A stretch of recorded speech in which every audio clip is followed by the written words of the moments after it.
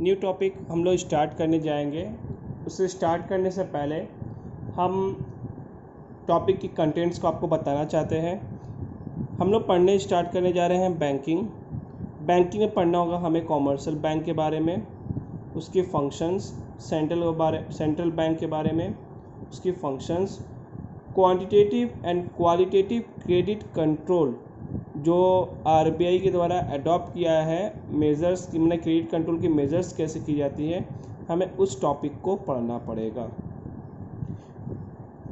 आप देख सकते हैं यहाँ पर बोला गया है the function of commercial bank and function of RBI qualitative and qualitative control use by the RBI as a part of its credit control measures should be explain. तो हमें अकॉर्डिंग टू आईसीएसई सिलेबस और content के हिसाब से हम ये video बनाया जाएगा, तो आप इस वीडियो को ध्यान से सुने। आते हैं टॉपिक पर। Chapter name is banking system.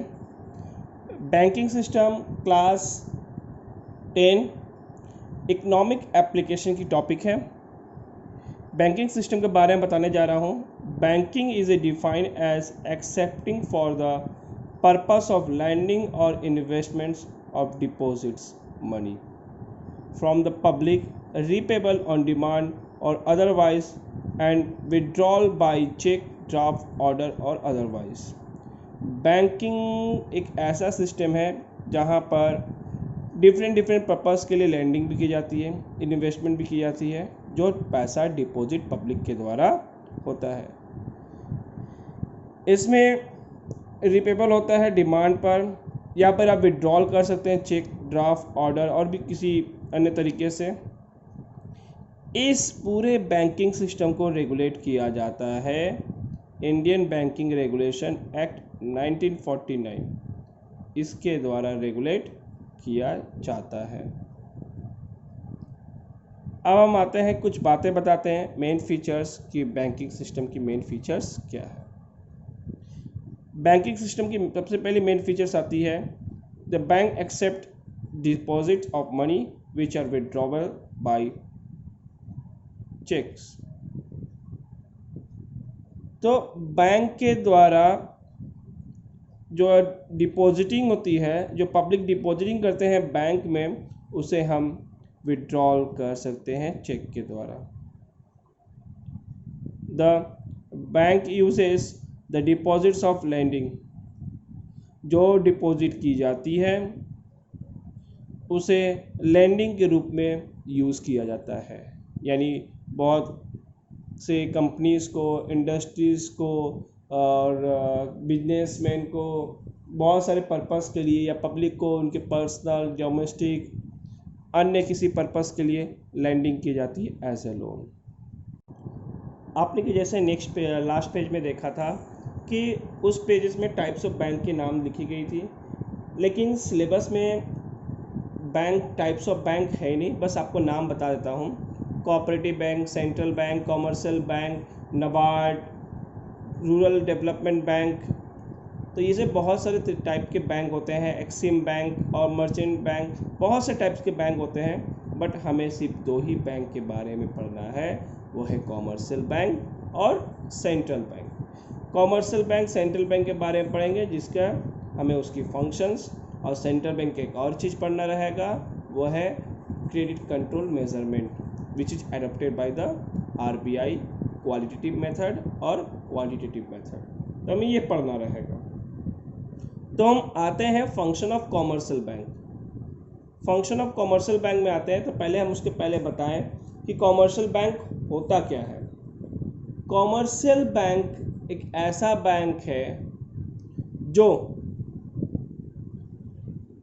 Depositing लेता है पब्लिक से, बहुत से टाइप से सेविंग, रिकरिंग, बहुत से टाइप्स के अकाउंट के नाम पर डिपॉजिटिंग लेता है, उसे लेंडिंग करता है बिजनेस, कॉमर्शियल पर्पस के लिए, उसे हम कॉमर्शियल बैंक कहते हैं। कॉमर्शियल बैंक आते हैं डेफिनेशन में। कॉमर्शियल बैंक जो जनरल पब्लिक से डिपॉजिटिंग एक्सेप्ट करता है और लोन प्रोवाइड करता है बड़े पैमाने में मेंबर्स को, जो हाउस होल्ड के मेंबर्स होते हैं या फिर बिजनेस के। इनका जो प्रोसेस होता है एक्सेप्टिंग करने का, डिपॉजिट के रूप में एक्सेप्टिंग होती है या लैंडिंग की जाती है, उससे क्या होता है कॉमर्शियल बैंक इकोनॉमिक में क्रेडिट स्टार्ट कर देता है, क्रिएट कर देता है। Example SBI state bank of India, UBI United bank of India, बहुत से ऐसे कॉमर्शियल बैंक हैं। अब आते हैं नेक्स्ट सेंट्रल बैंक। यही दो टाइप्स के बैंक के बारे में पढ़नी है। तो आते हैं, हर एक कंट्री में एक ही सेंट्रल बैंक होता है जो मॉनेटरी सप्लाई और मॉनेटरी पॉलिसी को रेगुलेट करता है। In each country there exist a central bank which controls a country's money supply and monetary policy. ये बैंकों का बैंक होता है, ये लास्ट रिसोर्ट होता है कि किसी भी तरीक़े से लैंडिंग करने का, पैसा लैंडिंग करने का। हम आप कहने का मतलब, अगर किसी बैंक को कोई पैसे की कमी आती है तो वो ये लास्ट रिसोर्ट होता है, सेंट्रल बैंक ही उस बैंक को लोन प्रोवाइड करके इकोनॉमिक सिस्टम में उनकी पार्टिसिपेशन को बढ़ाता है। इसे हमारे इंडिया में रिजर्व बैंक ऑफ इंडिया यानी RBI is the central bank of India of our country. आते हैं, हमने नाम तो पढ़ लिया है, अब आते हैं हम लोग पढ़ने function of commercial bank. The पहला है accepting deposit. The most of the significant and traditional function of the commercial bank is accepting deposit from the public. ये सबसे पुराना और बहुत इम्पॉर्टेंट फंक्शंस है कॉमर्शियल बैंक का, जो पब्लिक से डिपॉजिट लेता है। ये जो डिपॉजिटिंग्स होती है 4 टाइप्स की होती है, saving deposit, current deposit, fixed deposit and recurring deposit. अब आते हैं हर एक डिपॉजिट के बारे में बताने पर। In case of current deposit, people can withdraw deposit in part और full at any time he likes without notice. किसी तरह का नोटिस दिए बगैर वो बैंक से, करेंट अकाउंट से पूरा पैसा या एक पार्ट पैसा विड्रॉल कर सकता है किसी तरह का नोटिस दिए। उस पैसे में किसी तरह का इंटरेस्ट नहीं मिलता है। जो बैंक अकाउंट होल्डर होते हैं उसको किसी तरह का इंटरेस्ट बैंक से नहीं मिलेगा, क्योंकि ये ज़्यादातर यूटिलाइज़ किया जाता है शॉर्ट टर्म डिपॉजिटिंग के लिए। मतलब आप अभी डिपॉजिट कीजिए, अभी भी विड्रॉल कर सकते हो इमीडिएटली। ये ज़्यादातर बिजनेसमैन को ही ट्रांजैक्शन के लिए, सुविधा के लिए ये बनाया जाता है। Saving deposit are payable on demand, money can be withdrawn by cheques. Saving deposit में क्या होता है, ये डिमांड पर ही विड्रॉल किया जा सकता है। अगर आपको विड्रॉल करना रहा तो आप चेक के थ्रू भी विड्रॉल कर सकते हैं। ये डिमांड ऑन पेबल है। There are certain restriction impose on depositors of the account. कुछ अकाउंट के डिपॉजिटर्स पर कुछ न कुछ रेस्ट्रिक्शन लगी होती है, जैसे आप महीने में कितने विड्रॉल कर सकते हैं, कितना अमाउंट तक विड्रॉल कर सकते हैं वगैरह, इस तरह की रेस्ट्रिक्शन लगी रहती है। अब आते हैं इसके इंटरेस्ट रेट की बात करने। यहाँ पर एक नॉमिनल छोटा सा इंटरेस्ट रेट मिलता है। फिक्स डिपॉजिट में ये फिक्स पीरियड के लिए डिपॉजिटिंग कर दी जाती है। मतलब आपके ये पैसा है 5 साल 10 साल, जिस तरह से आप फिक्स डिपॉजिटिंग वहाँ पर बैंक से आप लिए होगे उतने समय तक के लिए वो पैसा फिक्स डिपॉजिट हो जाती है। इसमें रेट ऑफ इंटरेस्ट हायर मिलता है।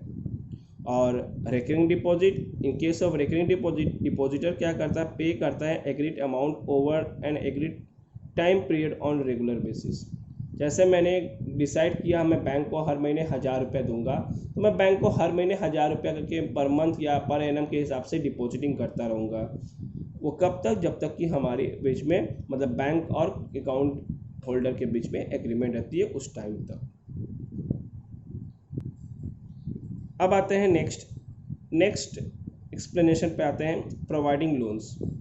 ये सेकेंड फंक्शन है। जितने भी डिपॉजिटिंग कॉमर्शियल बैंक के पास आती है उस पैसे को बैंक लैंडिंग करता है, उधार देता है बिजनेसमैन को, हाउस होल्ड को, जिसको ज़रूरत है। तो commercial bank provide the loans again the suitable mortgage to the public to the fulfil their needs of the money. Commercial bank क्या करता है, जो नीड है जिसको चाहिए उसके हिसाब से सुटेबल मॉर्गेज लेता है और लोन प्रोवाइड करता है। लोन को cash credit, demand loan, short term loan, overdraft, discounting of bill etcetera, इतने सारे टर्म्स यानी इतने सारे रूप के हिसाब से हम लोग बैंक डिपॉजिट में क्रेडिट प्रोवाइड करता है। Under the cash credit borrowers is sanction a credit limit up to which he can borrow from the bank।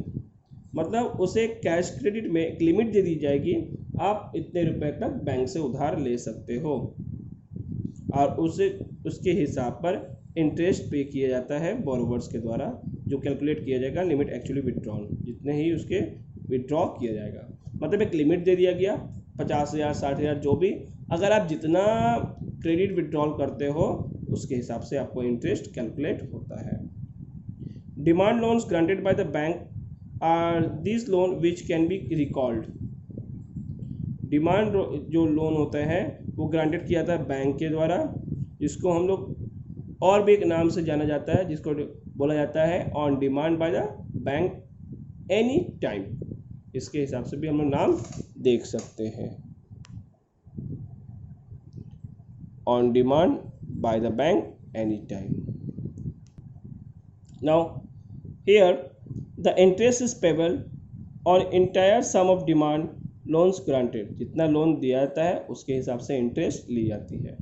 Short term loans जैसे कार लोन दी जाती है, हाउसिंग लोन दी जाती है, जिसमें पर्सनल लोन भी आता है अगेंस्ट सम सिक्योरिटी, जो सिक्योरिटीज़ के अगेंस्ट में दी जाती है, इसमें भी इंटरेस्ट ली जाती है पूरे लोन पर। In case of overdraft facility, अगर आप किसी अकाउंट होल्डर के पास ओवरड्राफ्ट फैसिलिटी है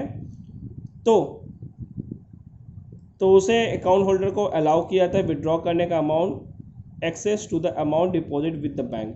मतलब जितना आप बैंक में डिपॉजिट किए हो उस डिपॉजिटिंग से आप एक्स्ट्रा अमाउंट बैंक से विड्रॉल कर सकते हैं। यहाँ borrowers who receive this facility has to pay interest on the amount of withdrawal. जितना आप विड्रॉल करते हो उस अमाउंट पर आपको इंटरेस्ट पे की जाएगी। Another important from the bank lending is दो discounting of purchasing the bill of exchange. ये एक दूसरे तरह का है। इसमें क्या होता है, क्रेडिटर्स के द्वारा जो बिल्स ड्रॉ की जाती है वो डेटर्स स्पेसिफाइंग कर देता है, जिसको हम अमाउंट ऑफ डेब्ट कहते हैं, जिसे उधारी बना दिया जाएगा और उस पैसे को एक डेट के अंदर में पेबल की जाती है।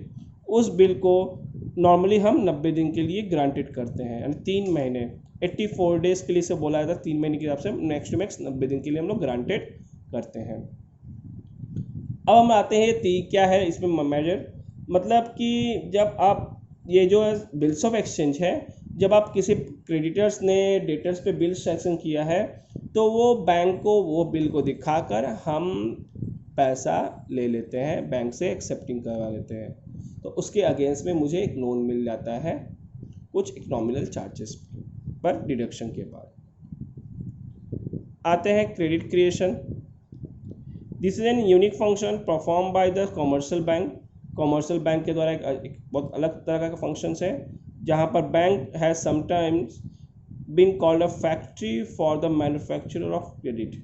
मतलब कि जो इन्हें बोला जाता है कि ये क्रेडिट का मैन्युफैक्चरर है, ये फैक्ट्री है बैंक एक तरह का फैक्ट्री है जहाँ पर मैन्युफैक्चरिंग होता है क्रेडिट का।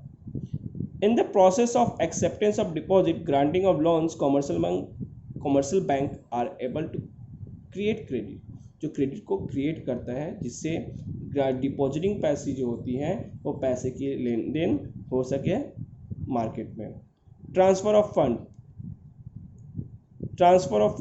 commercial bank are able to transfer of customer to the other customers account through the checks, draft, mail transfer, telegraphic transfer etc।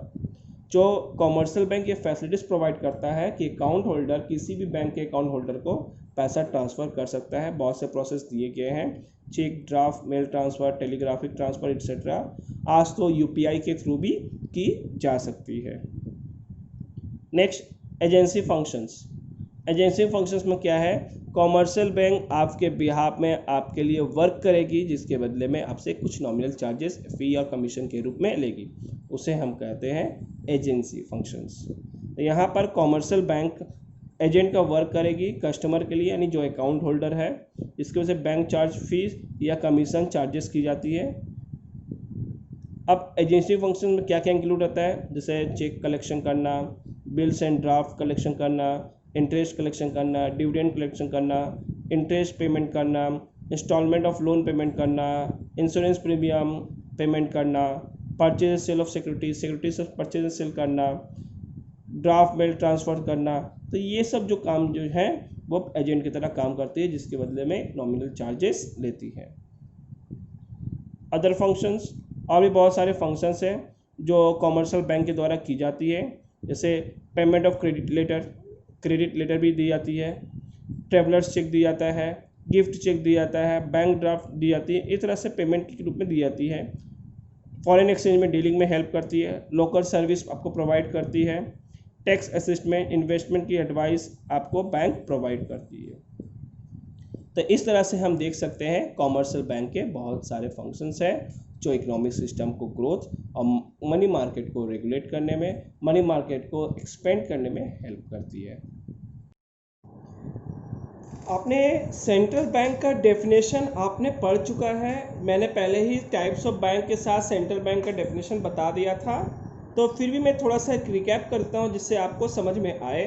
जैसे सेंट्रल बैंक क्या होता है, किसी भी कंट्री का वो बैंक होता है जो सारे बैंकिंग सिस्टम को, मॉनेटरी सिस्टम को रेगुलेट करता है और क्रेडिट कंट्रोल में हेल्प करता है।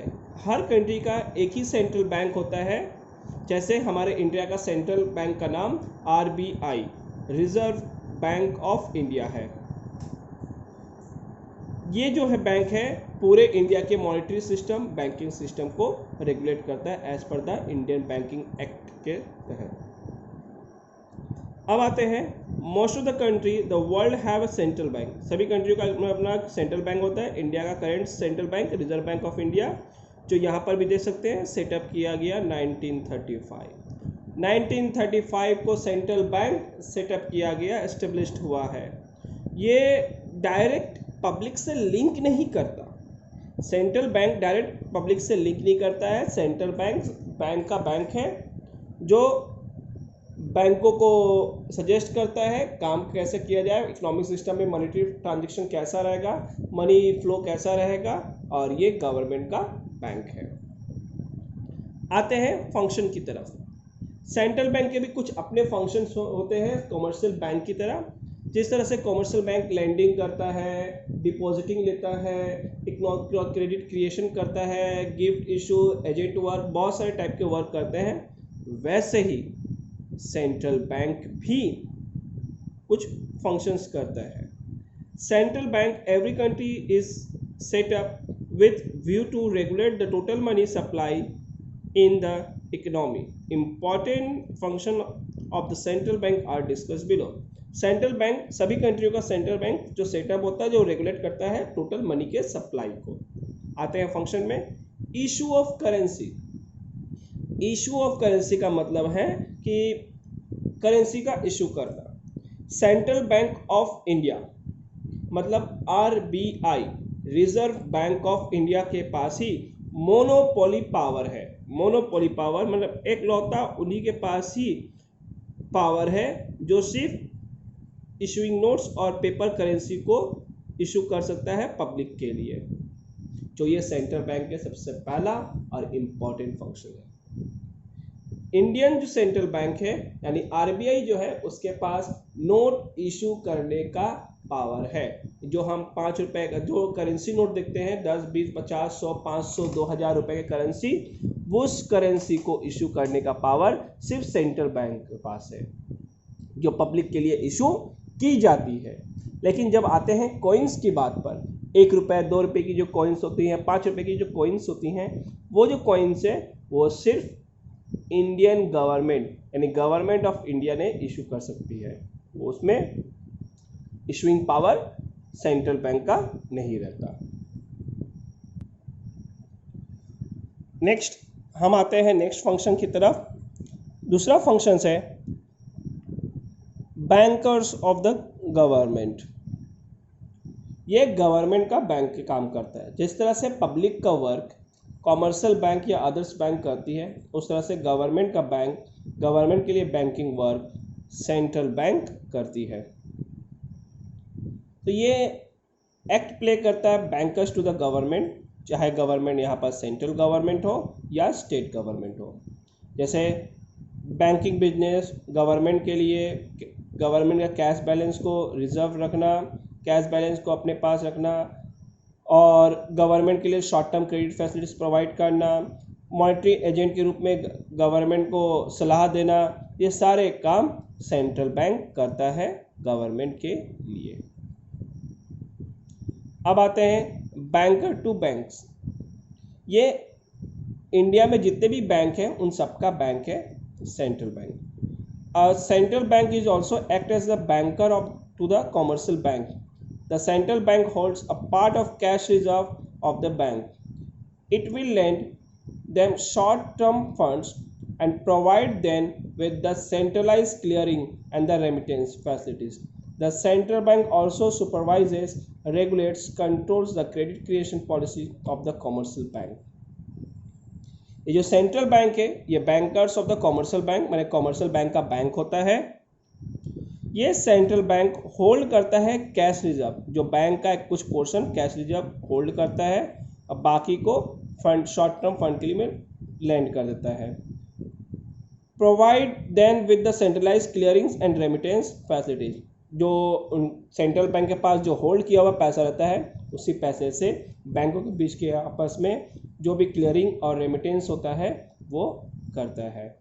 मतलब बैंकर्स के बीच में जो रेमिटेंस का वर्क और लेंडिंग का वर्क भी सेंट्रल बैंक ही सॉल्व करता है। सेंट्रल बैंक सुपरवाइजिंग का भी वर्क करता है, किस तरह से रेगुलेट करना है, किस तरह से कंट्रोल करना है क्रेडिट क्रिएशन पॉलिसी को।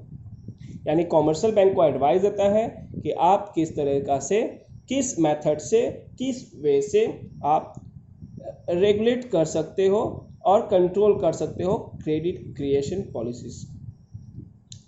Lender of the last resort, ये जो सेंट्रल बैंक है ये एक्ट करता है लैंडर की तरह। मतलब ये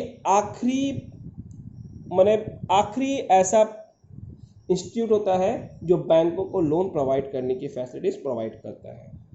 इसका मतलब सेंट्रल बैंक ने जो पैसा लैंड करती है कॉमर्शियल बैंक को, ये जब भी करती है लास्ट फिनेंशियल स्टेज के टाइम पे करती है। जैसे कब फिनेंशियल क्राइसिस आ जाता है कॉमर्शियल बैंक के पास, तब सेंट्रल बैंक इन्हें फैसिलिटीज प्रोवाइड करती है, इसे लेंडिंग प्रोवाइड करती है। Custodian of foreign exchange reserve, central bank के पास पावर होती है करेंसी को रिजर्व रखने का। यानी central bank have a power to keep reserve of the foreign currency. जितने भी फॉरेन इंटरनेशनल ट्रांजेक्शन होती हैं बैंक अकाउंट के थ्रू, जैसे हम अपने बैंक अकाउंट से पैसा अगर किसी अमेरिका या अदर्स कंट्री में से हम परचेस करते हैं तो हमारा जो बैंक का अकाउंट से जो इंडियन करेंसी है वो कन्वर्ट होती है सेलर के करेंसी के, सेलर की कंट्रीज जो है उसके करेंसी के हिसाब से कन्वर्ट होती है, जो मेजरमेंट एक्सचेंज वैल्यू से निकल कर कन्वर्ट होती है और कन्वर्ट होकर उनके अकाउंट में आती है। ये जो कन्वर्जन है जो डायरेक्टली बैंक नहीं करती है, सेंट्रल बैंक करती है। सेंट्रल बैंक उसी पैसे को अपने पास रखती है और अपने पास से फॉरेन करेंसी इशू करती है वहाँ पेमेंट के लिए। ठीक उसी तरीक़ा से अगर कोई फॉरेन कंट्रीज इंडिया में परचेज करता है, इंडिया से कुछ परचेज करता है, तो वहाँ की currency reserve Bank of India के पास आती है, वो कन्वर्ट होकर इंडियन करेंसी के रूप में कन्वर्ट हो जाती है और पे की जाती है जो सेलर रहता है। और जितने भी इस तरह से लेन देन होती है उसमें जो फॉरेन करेंसी आ रही है और जा रही है वो सारा लैंडिंग, इशूइंग और रिसीविंग सब सेंट्रल बैंक अपने कस्टडियंस के अंदर से करता है। कंट्रोलर ऑफ क्रेडिट, इंडिया में इकोनॉमिक सिस्टम में जितने भी क्रेडिट कंट्रोल मैंने क्रिएशन होता है कॉमर्शियल बैंक के द्वारा, वो क्वांटिटेटिव और क्वालिटेटिव इंस्ट्रूमेंट, जो क्रेडिट क्रिएशन की दो बड़ी इंस्ट्रूमेंट है, क्वालिटेटिव और क्वांटिटेटिव, इन मेथडों के थ्रू क्रेडिट क्रिएशन को इकोनॉमी में कम किया जाता है, उसको कंट्रोल किया जाता है। Other function, central bank responsibility लेता है बैंकिंग सिस्टम को स्ट्रॉन्ग करने का, मजबूत बनाने का, और सेंट्रल बैंक एक्सेलरेट करता है एग्रीकल्चर और इंडस्ट्रीज की ग्रोथ में। यानी इंडस्ट्री और एग्रीकल्चर का जो ग्रोथ होता है उन्हें लोन प्रोवाइड करके, उनके बूस्ट करके, कम इंटरेस्ट में लोन देकर, जिससे एग्रीकल्चर और इंडस्ट्रीज लैंड मैंने लोन को रिसीव कर अपने बिजनेस में इन्वेस्ट करके बिजनेस को बढ़ा सके। इनके ग्रोथ में सबसे बड़ा योगदान सेंट्रल बैंक का रहता है। अब आते हैं नेक्स्ट टॉपिक की तरफ, method of credit control by the central bank. ये जो क्रेडिट कंट्रोल जो होती है ये सेंट्रल बैंक के द्वारा की जाती है। इसमें इंपॉर्टेंट फंक्शन होता है सेंट्रल बैंक का, जो मनी को सप्लाई इकोनॉमिक सिस्टम में कितनी करनी है। Bank credit has become an important component of the money supply. Money supply का जो सबसे इम्पॉर्टेंट कंपोनेंट है मनी बैंक के क्रेडिट का। Excessive credit will tend to generate the inflationary pressure in the economy.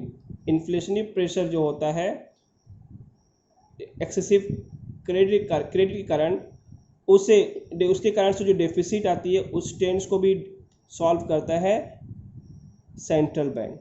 आज के समय में जो इन्फ्लेशन आ रही है, डिफ्लेशन आ रही है, बूम होता है, क्राइसिस आती है, वो सबको तालमेल बेनिफिट मतलब इक्वल करने का काम सेंट्रल बैंक का होता है।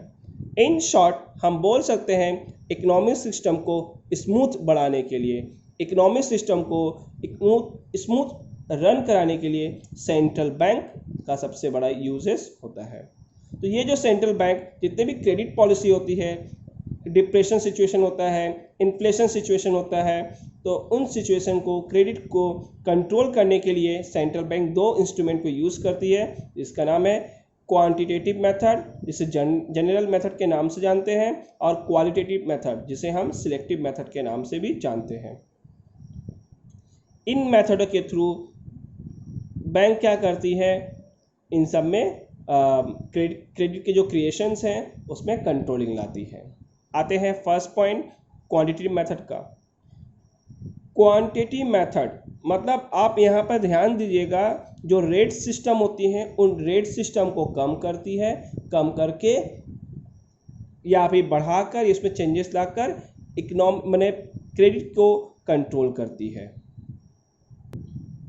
आते हैं बैंक रेट्स। बैंक रेट्स क्या होता है, किस रेट में बैंक लोन प्रोवाइड करती है। इस रेट में क्या होता है कि इसके चेंजेस पर, बैंक के रेट के चेंजेस पर बैंक के लोन पर भी इफेक्ट डालता है। Bank rate is the rate at which the central bank of a country provide the loan to the commercial bank to the country. तो एक बैंक रेट एक ऐसा रेट होता है जिस रेट पर सेंट्रल बैंक कंट्री को मतलब किस कंट्री का सेंट्रल बैंक प्रोवाइड्स करता है लोन, किसे, कॉमर्शियल बैंक को। कहाँ का, उसी कंट्री का। मतलब इंडिया का जो सेंट्रल बैंक है RBI, वो लोन प्रोवाइड करता है कॉमर्शियल बैंक का, जो इंडिया के कॉमर्शियल बैंक को लोन प्रोवाइड करता है।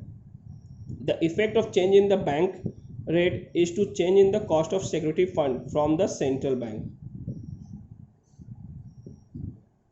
जो इफेक्ट है of a change in the bank rate is to change in the cost of security fund from the central bank.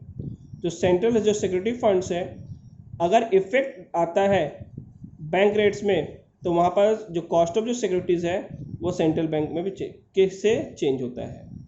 जैसे इन्फ्लेशन हो या बूम पीरियड्स हो।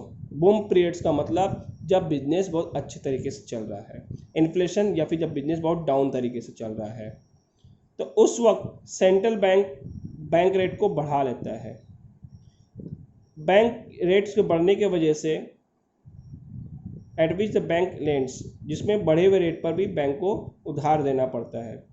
तो मतलब बैंक की रेट अगर बढ़ जाती है तो कॉमर्शियल बैंक में बढ़े हुए रेट के हिसाब से ही लोन को किसी भी बिजनेसमैन या अदर पर्सन को देगा, तो जिसके कारण से डिस्करेज होते हैं बिजनेसमैन या अदर फॉर्म टेकिंग लोन्स, जो अलग तरीक़े से लोन लेते हैं या बिजनेसमैन होते हैं, वो लोग लोन नहीं ले पाते हैं, जिसके कारण से reducing the volume of credit, जो वॉल्यूम ऑफ क्रेडिट है वो घट जाता है, यानी मार्केट में जो क्रेडिट है वो कम हो जाती है।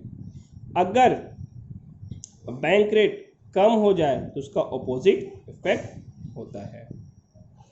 तो देख सकते हैं जब भी सेंट्रल बैंक अगर बैंक रेट्स को बढ़ाएगी तो कॉमर्शियल बैंक जो है उसी बढ़े हुए रेट में लोन प्रोवाइड करेगी बिजनेसमैन को या किसी भी हाउस होल्ड को, तो जिससे बिजनेसमैन और अदर हाउस होल्ड ये लेना नहीं चाहेंगे लोन को, जिसके वजह से मार्केट में क्रेडिट की कंट्रोलिंग हो जाती है।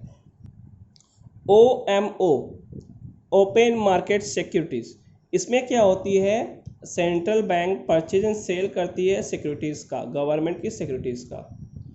मतलब जो सेल होता है गवर्नमेंट के सिक्योरिटीज़ वो सेंट्रल बैंक के द्वारा की जाती है, क्योंकि क्रेडिट कंट्रोल किया जा सके। जैसे सेंट्रल बैंक सेल करेगी सिक्योरिटीज़ को कॉमर्शियल बैंक को, तो कॉमर्शियल बैंक क्या करती है, पेमेंट करते हैं अपने कलेक्शन रिजर्व से, तो जिसके कारण क्या होता है, कॉमर्शियल बैंक के पास पेमेंट कम रहती है, कैश कम रहता है, जिससे मार्केट में क्रेडिट फैसिलिटीज़ वो प्रोवाइड नहीं कर पाता है। अगर उसी सिक्योरिटीज़ को अगर सेंट्रल बैंक परचेज करती है, सेंट्रल बैंक उसे पेमेंट करेगी, तो जिससे क्या होता है, कॉमर्शियल बैंक के पास फिनेंशियल क्रेडिट प्रोवाइड करने की फैसिलिटीज़ एबिलिटी आ जाती है, जिससे क्रेडिट में क्रेडिट इंक्रीज कर जाता है इकोनॉमी में, तो इसे हम कहते हैं OMO, जहाँ पर सेंट्रल बैंक की गवर्नमेंट की सिक्योरिटीज़ के सेल एंड परचेज बैंक के द्वारा की जाती है। अगर सेंट्रल बैंक परचेज करे तो क्रेडिट फैसिलिटीज़ बढ़ाई जाती है, अगर सेंट्रल बैंक सेल करे तो क्रेडिट फैसिलिटीज़ को घटाई जाती है कॉमर्शियल बैंक के द्वारा। अब आते हैं next topic, variable reserve ratio, जिसे हम VRR के नाम से भी जाना जाता है। ये क्या है, लीगल ऑब्लिगेट मेंटेन करने का तरीका होता है, जिसमें कैश रिजर्व और स्टैट्यूटरी लिक्विडिटी रेशियो, मतलब कैश रिजर्व रेशियो CRR और स्टैट्यूटरी लिक्विडिटी रेशियो में SLR के थ्रू ये काम किया जाता है। इसमें क्या होता है, कैश रिजर्व में क्या होता है कि सेंट्रल बैंक एक परसेंटेज बना देती है कि कॉमर्शियल बैंक को अपने डिपॉजिटिंग का कुछ परसेंट डिपॉजिट करना होगा सेंट्रल बैंक के पास, जिससे क्या होता है, से कॉमर्शियल बैंक के पास लोन प्रोवाइड करने की, क्रेडिट फैसिलिटीज़ प्रोवाइड करने की एबिलिटी कम हो जाती है। अब CRR के रेशियो को कम या बेसी करके क्रेडिट फैसिलिटीज़ को बढ़ाया या घटाया जा सकता है। अब आते हैं SLR पे। SLR क्या होता है, स्टैट्यूटरी लिक्विडिटी रेशियो क्या होता है,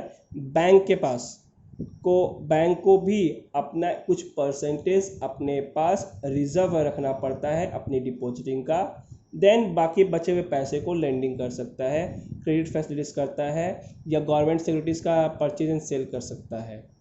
इस तरीक़ा से क्रेडिट कंट्रोल किया जा सकता है सेंट्रल बैंक के द्वारा।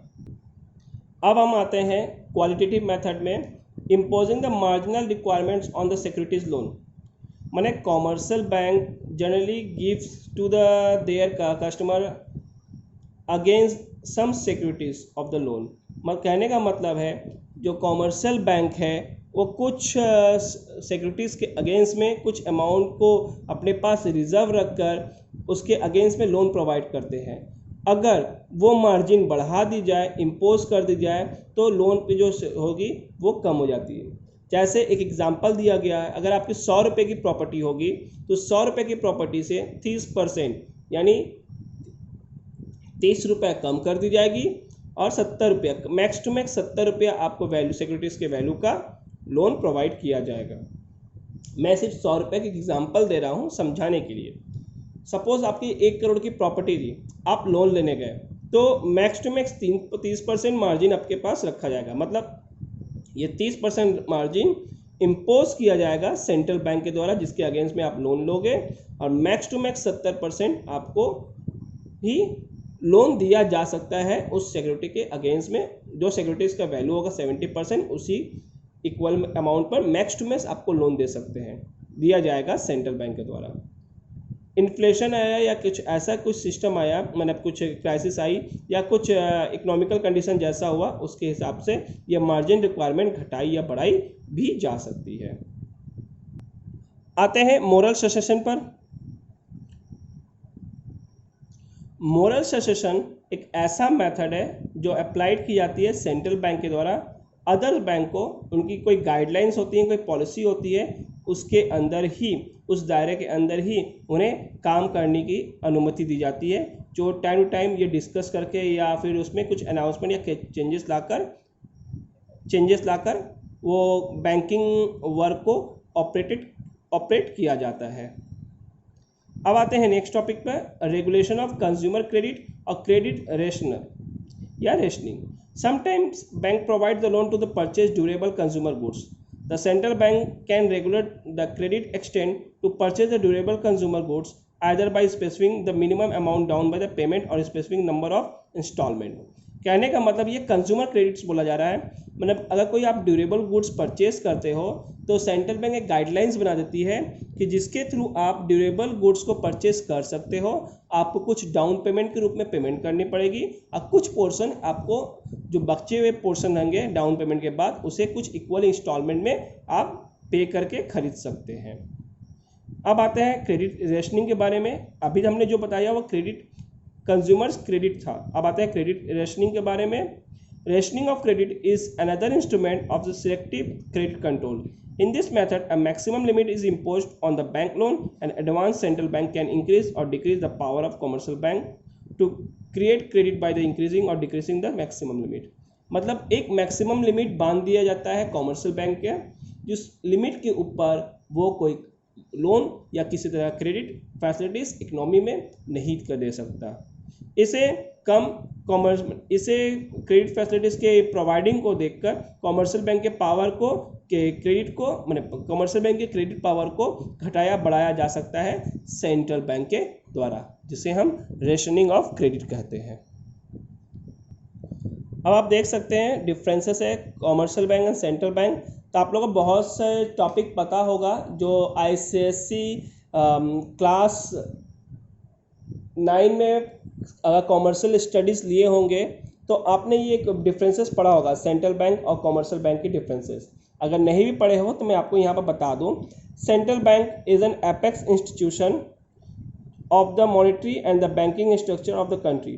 मतलब सेंट्रल बैंक एक ऐसा इंस्टीट्यूशन है कंट्री का जो मॉनेटरी और द बैंकिंग स्ट्रक्चर को रेगुलेट करता है, लेकिन कॉमर्शियल बैंक डीलिंग करता है जनरल पब्लिक से, डिपॉजिटिंग एक्सेप्ट लेता है और लोन प्रोवाइड करता है। Central bank owned by the government only. Central bank सिर्फ गवर्नमेंट के द्वारा ही ओन है, बट कॉमर्शियल बैंक गवर्नमेंट और प्राइवेट दोनों बॉडीज़ के थ्रू गवर्न किया जाता है। मतलब कुछ कॉमर्शियल बैंक गवर्नमेंट की है, कुछ प्राइवेट ऑर्गेनाइजेशन की। सेंट्रल बैंक की ऑब्जेक्टिव है कि मैक्सिमम इकोनॉमिक वेलफेयर हो कंट्री के अंदर, लेकिन कॉमर्शियल बैंक का है वो बेसी से बेसी प्रॉफिट अर्न कर सके। हर कंट्री का एक ही कॉमर्शियल बैंक नहीं होता है, मतलब कहने का मतलब है हर कंट्री का एक ही सेंट्रल बैंक होता है, लेकिन कॉमर्शियल बैंक बहुत सारे हो सकते हैं। नोट इशू करने की पावर सिर्फ और सिर्फ सेंट्रल बैंक के पास होती है, कॉमर्शियल बैंक के पास नहीं।